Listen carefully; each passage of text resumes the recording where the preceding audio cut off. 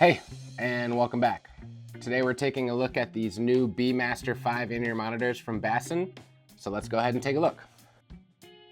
Now, in full transparency, they did send me these free of charge to check out, but they're not going to see this video before I give you my thoughts, so I hope you can respect that this will be a fully transparent review. Kind note from the folks at BASN. First of all, this packaging is really nice. This kind of magnetic snapback cover. And you can see we've got the two in-ear monitors right here. And then here we've got what looks to be a case. And from first glance, this is made of metal. It's not a cheap plastic case, so I actually think this could probably take some abuse on the road.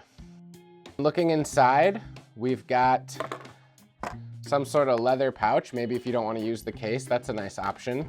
We've got the cable for connecting the in-ear monitors to your phone or wireless transmitting device. We've got another cable up here, which maybe this one is just longer or shorter. But something I'm seeing already that's really thoughtful is they have these nice straps that hold everything in place. Because sometimes with these cases, with everything flying around in the middle, has a tendency to fall out, but that's not the case here. 1/8 inch to 1/4 inch adapter, a cleaning tool, and then it looks like we've got a pack of a variety of different ear tips, just depending on what would fit your ears best. All right, we've got a small owner's manual, which I'm sure I'll be reading eventually. And then we get to the two earpieces here. So from my first look, they're pretty robust and big, and they've got some weight to them. So we'll have to see if they fit in my ears well, but they really seem to be well made and durable, not a cheap plastic material, high quality connectors and such. All right, so let's go ahead and take this cable and see if we can get them connected. All right, so the right side has a red stripe on it and a correlating red piece on the earphone, and the left has a gray stripe. Okay. So this cable here that I connected it to must be for more like recreational use with your phone and such, because it has a button for answering the phone and a volume adjustment here on the headphone.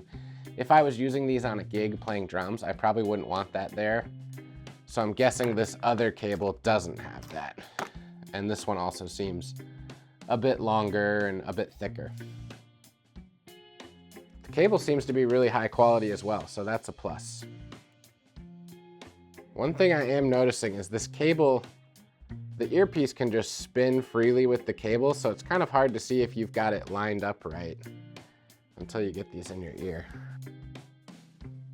It has a really nice seal, better than a lot of other universal fits, so we'll have to see once we get some music on, but so far so good. And of course this dongle is broken, so I'll try it here with my computer. The sound is great. I think that's probably in part due to the fact that these have 5 drivers in them, so some enhanced bass response and clarity through the different frequency ranges. But I think the real test is going to come when I use them on a gig, so I'll have to get back to you from there, but so far so good.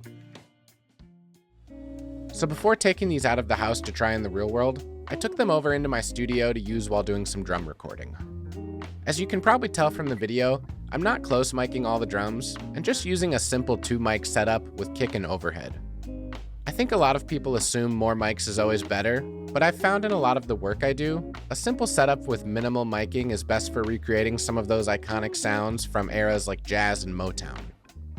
Also, in the past I've found that when I do a lighter setup like this, I like to at least have some perspective of how I sound in the room, and with the seal on my custom fitted in-ears being so tight, I'm mostly hearing the sound from the mics.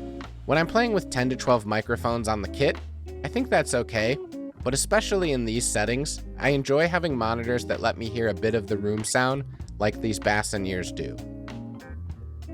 The first gig I brought these in-ears out to was at a local brewery where I was playing percussion with a funk band. The band had a full rhythm section, horns, and vocals, and everything was mic'd up in order to capture a recording, so this was a great chance to dial in a very detailed mix, and it really helped me gain some nice perspective of the clarity in these monitors due to them having 9 drivers. The following night, I had a gig on drum set, playing for a corporate event with a smaller 4-piece band, and since the event didn't warrant full production, we really only ran necessary sound like vocals, guitars, keys, and a couple drum mics. Much like the studio setting, I found it nice to be able to get some room volume passing through the ears because I didn't have a super detailed mix, and since I have to manage my sound in the room and not be too loud, I need to have some true perspective of how we're coming across. And finally, the next morning, I had a church gig playing bass, which was another opportunity to see how these in-ears functioned in a different setting, and I can say it was really great to have the enhanced clarity in the low end, allowing me to hear myself very comfortably. I will say that in this setting, I typically do enjoy having my custom molded in-ears so I can have total isolation, but I do think these universal fit in-ears did a really nice job, and I wasn't too distracted by the amount of acoustic sound passing through. So now that I've had a number of weeks to test out these in-ear monitors in a few different settings, I can say that I'd have no hesitation recommending these to somebody else. Of course, your results may vary because we all have different size ears and different levels of hearing, but for me, the clarity in these 9-driver in-ear monitors was really something that got me excited. I will still be keeping my custom molded in-ear monitors for those settings where it's better suited, but as I mentioned before, I like to use a universal fit for those other settings where I need to rely on a little bit of room sound passing through. And for those settings, I think I'll be using the BASNs from here on out. If you're out there looking to get a set of in-ear monitors for yourself, I hope this video was helpful in you making your decision, and I'd encourage you to check out the wide variety of different offerings from the folks at BASN, especially these Bmaster5s. If you have any experience with BASN in-ear monitors and want to leave a comment down below, I'd love to hear about it. And until next time, thanks.